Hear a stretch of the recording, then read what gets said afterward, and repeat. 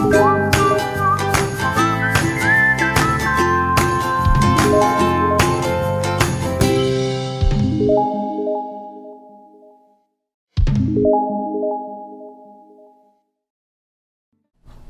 again, grade 11. Today, let's take into a deeper sense on how our lesson in function can be useful and can give you its practical application in a real-life situation. Are you all ready? Let's do this inch by inch, step by step together. Every day we encountered functions. Maybe you're not aware of it, but it's there. When you are buying in a grocery store, it's there. In a gasoline station, in fast food services, in riding a tricycle or a taxi. The concept of function is present. You cannot avoid it because math is everywhere. Like operations on numbers, two or more functions can be added, subtracted, or multiplied together, resulting to another function. Dividing two functions together will also result in another function with some restrictions. Lastly, composing two or more functions will also produce another function. Let's take them one by one. Example, we have four different functions in the form of function machines. Remember our part 1 video? We have f of x equals x plus 3, g of x equals 2x minus 1, h of x equals 3x plus 4, and p of x equals x squared minus 9. Find the sum of f of x and g of x. This is simply adding two machines together. So we can write this as f of x plus g of x or f plus g of x. Then substitute their corresponding rules. F plus g of x equals, take the rule of f of x, x plus 3, plus the rule of g of x, 2x minus 1. Then add them algebraically. The sum is 3x plus 2. It creates another function. What if you have a specific input value or specific domain? F plus g of 2. What is our final output or the final range? We take the sum, which is 3x plus 2, then plug in your input value 2 to x and solve. Therefore, your final range is 8.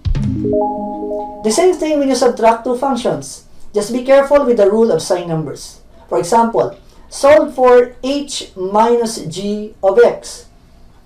Substitute the corresponding rules. We have 3x plus 4 minus 2x minus 1. Change the sign of the subtrahend and combine similar terms. The difference is x plus 5. If you have a specific input value, just evaluate or substitute it to your domain to find the range. Try this one. Solve for g times h of 3. Because this is getting a product of two binomials, what method are we going to use before substituting our domain? The fold method, right? Now try it. You can do it. Next, what is the quotient of p of x divided by f of x? You have to recall some past concepts to solve this one. And finally, how can you solve this? Whoa! Goof? No, this is read as g circle of x. Whoa! This is what we call composite function, or a function within a function, or a machine within a machine. Whoa! So it can also be written as g of f of x. Whoa! Let's put this in graphics. This is g of x equals 2x minus 1, the outer machine. And this is f of x equals x plus 3. Becomes the whole input into your g of x machine. Meaning, f of x machine is within g of x machine.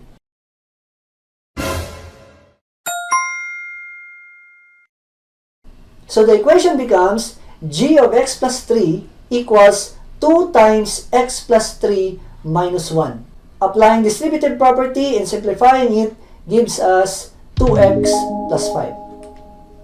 If there is a specific value of x, just evaluate it to your new function 2x plus 5 to get your desired range.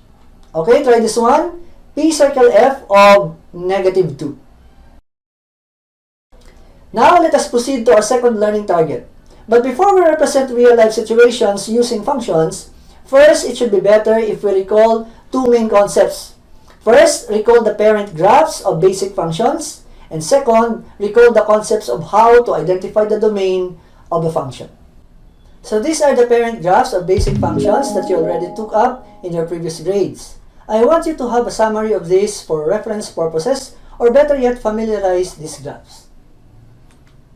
The constant function, the linear function or identity function, the quadratic function, the cubic function, these three are under the polynomial functions, the absolute value function, the square root function, the cube root function, and exponential function. Soon, you will be taking inverse and logarithmic function. And for students who are taking the STEM strand, you will have your trigonometric functions coming very soon. For our first activity, open your GeoGebra and try to input your basic functions here, and you can generate your graph at an instant. The second concept to recall is how to identify the domain of a function. The domain can be listed in a set of the elements if the domain is finite. The example we have here is this mapping diagram. Simply list the elements found in X in a set, so they are 1, -3, 0, and -1. We can also use this listing if the given is a table of values. If the elements of the domain are infinite, like this graph for example, it can be written in two ways.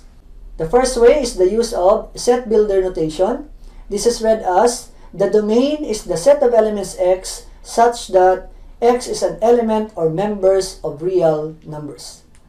The second way is to use an interval notation.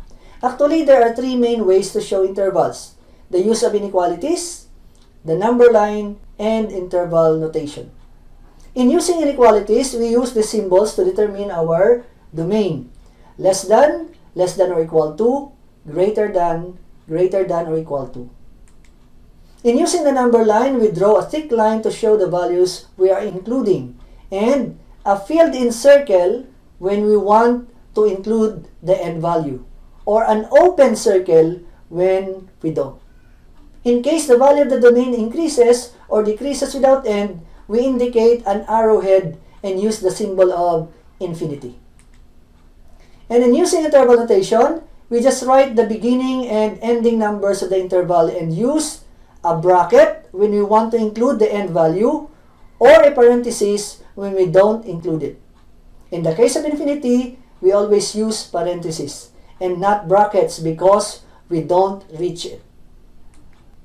Take note that infinity is not a real number. In this case, it just means continuing on. If the domain continuously decreases because of the arrowhead which is pointing to the left, use negative infinity. If the domain continuously increases, indicating an arrow that is pointing to the right, use positive infinity. Let's have an example. The domain X is greater than 3. How can you represent this using a number line, using inequalities, and using an interval notation? Here are the representations.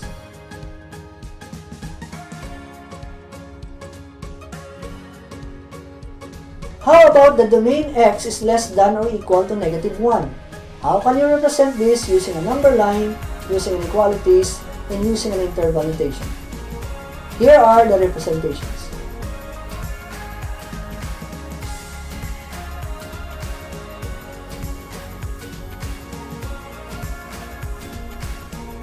Try this one. The domain X is less than 4 but greater than or equal to 0.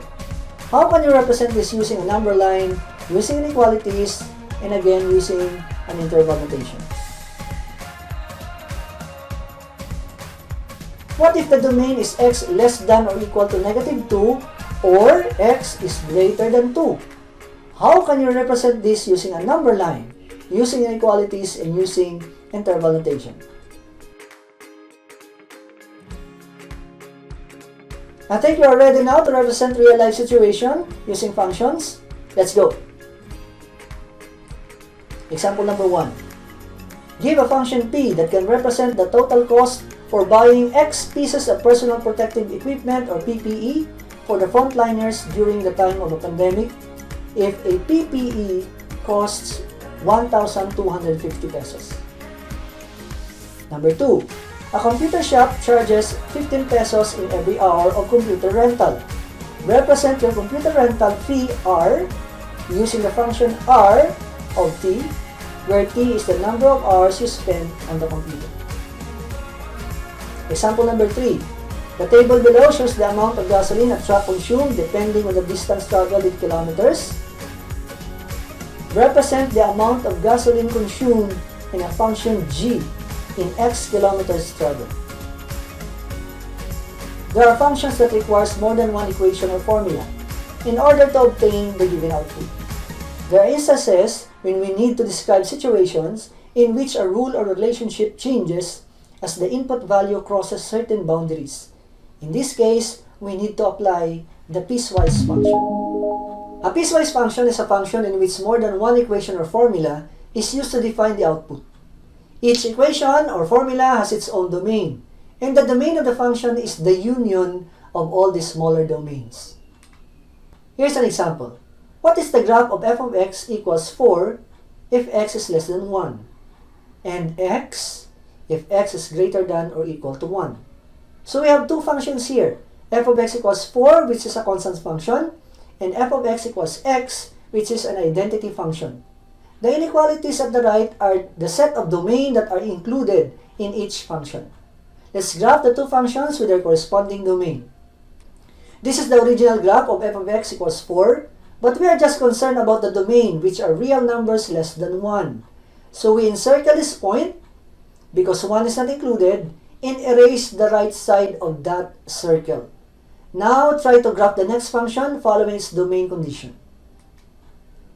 Now here are some examples in applying piecewise functions in real-life situations.